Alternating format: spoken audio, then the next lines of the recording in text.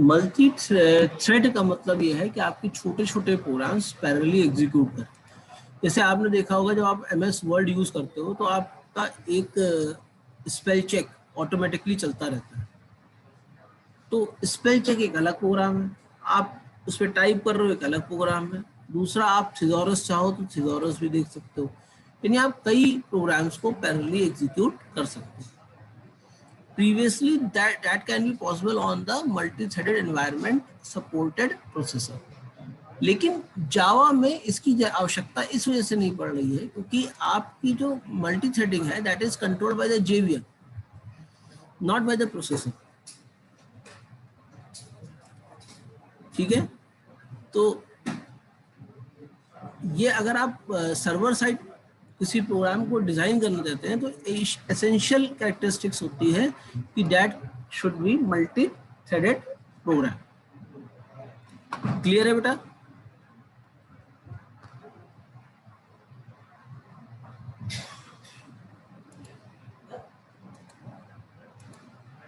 Dynamic का मतलब क्या हुआ? क्या हम जावा के प्रोग्राम्स को किसी तरीके से भी यूज कर सकते हैं।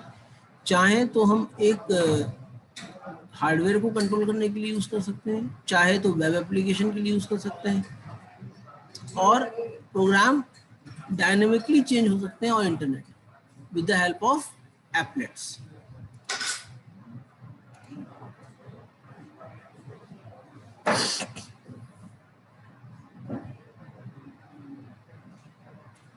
तो अब हमने बहुत बात कर ली प्लेटफॉर्म इंडिपेंडेंस की।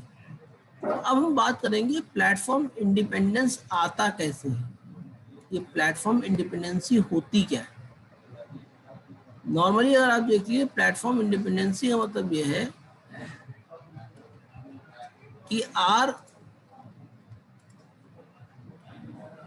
language is not dependent upon the platform where it has required to be executed। जहां उसको एग्जीक्यूट करना है उसके ऊपर उसकी कोई डिपेंडेंसी नहीं। तो जावा आपकी प्लेटफॉर्म इंडिपेंडेंस है, क्योंकि इसको अगर समझें तो इसका स्ट्रक्चर पहले समझना पड़ेगा। Since platform independence is a defining characteristics of Java, it is important to understand how it can be achieved. अगर आप देखें तो आपको हमने सेंड प्रोग्राम जो कोड होते हैं उसमें दो फॉर्म्स होते हैं, एक सोर्स कोड होता है, एक ऑब्जेक्ट कोड होता है। सोर्स कोड वो होता है जहाँ पे आपकी नॉर्मल इंग्लिश लैंग्वेज में आपने प्रोग्राम को लिखा होता है, और ऑब्जेक्ट कोड वो होता है जहाँ पे वो मशीन अंडरस्टैंडेबल लैंग्वेज में ट्रांसलेटेड होता है। तो program exist in two form, source code and object code. Source code is the textual version of the program that we write using a text editor. तो नॉर्मली हम किसी भी programme को जब लिखते हैं तो वो आपका सोर्स कोड होता है, क्योंकि लिख किसके थ्रू है? एडिटर के थ्रू है, और जो भी लैंग्वेज है वो अंडरस्टैंडेबल है, लोग जानते हैं। The programs printed in a book are shown as a source code. The executable form of a program is object code. जब आपकी अंडरस्टैंडेबल कोड्स को हम ट्रांसलेट कर लेते हैं into machine understandable code, then we say that is a object code. The computer only execute the object code, it does not execute the source code. वो object code को execute करता है। Typically object code is specific to a particular CPU, but हम यहाँ पर एक क्या use कर रहे हैं, JVM यूज कर रहे हैं। तो एक वर्चुअल एनवायरनमेंट पहले से सेट हो जाता है जिसके थ्रू आपकी जितनी भी एप्लीकेशंस होंगे वो उसी एनवायरनमेंट में एग्जीक्यूट होना शुरू हो जाते हैं। इसलिए आपको अलग अलग एनवायरनमेंट को प्रोड्यूस करने की आवश्यकता नहीं होती। क्लियर है?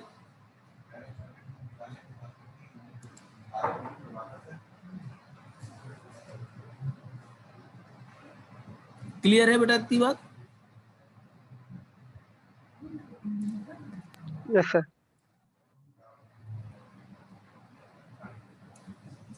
Therefore, it cannot be executed on a different program. Java removed this feature in a very elegant manner. कैसे?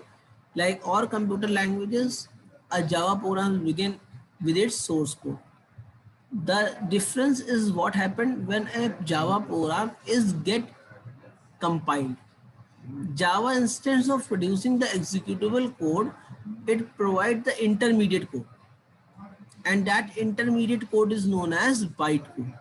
तो बाइट कोड क्या होता है, वो इंटरमीडिएट कोड होता है।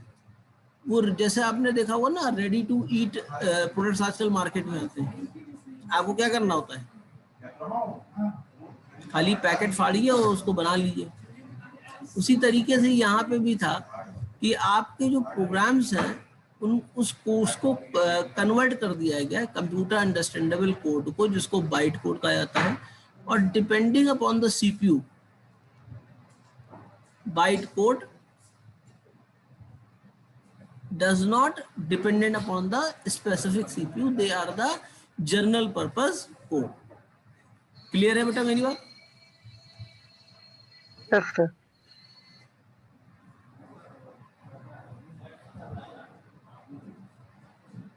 Instead, they are designed to be interpreted by a Java virtual machine that is called JVM. यानी byte code आपके CPU के थ्रू एग्जीक्यूट होते ही नहीं है। वो किसके थ्रू एग्जीक्यूट होते हैं? वो जावा वर्चुअल मशीन के through execute. The key to Java's platform independence comes from the fact that the same bytecode can be executed by any JVM on any platform.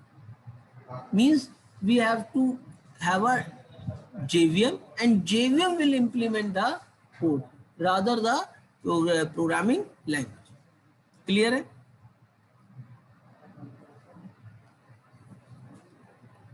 As long as there is a JVM implemented for a given environment, it can run any Java program. तो हर environment के लिए आपके पास JVM होना जरूरी है।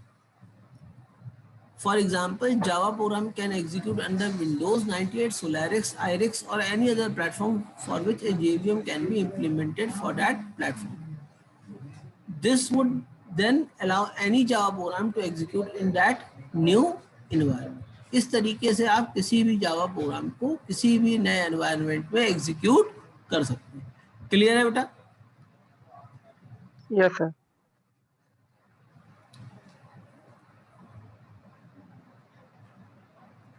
यहाँ पे देखिए, सबसे पहले ये सोर्स प्रोग्राम था, इसको हमने सोर्स कोड कहा। ये सोर्स कोड जावा कंपाइलर में है और ये बाइट कोड में कन्वर्ट हो गया। अब बाइट कोड जावा इंटरप्रेटर में आया और उसके बाद वो मशीन एग्जीक्यूटेबल कोड, यही मशीन कोड में कन्वर्ट हो गया। तो अगर देखिए तो यहाँ पे 2 स्टेप्स है कि यहाँ पे जो बाइट कोड ये जनरेट हो रहा है, ये बाइट कोड आगे जो है फर्दर प्रोसेस में लाया जा रहा है, सोर्स कोड का यूज नहीं हो रहा। This is a process which demonstrate the process of converting the bytecode into the machine. Clear है बेटा?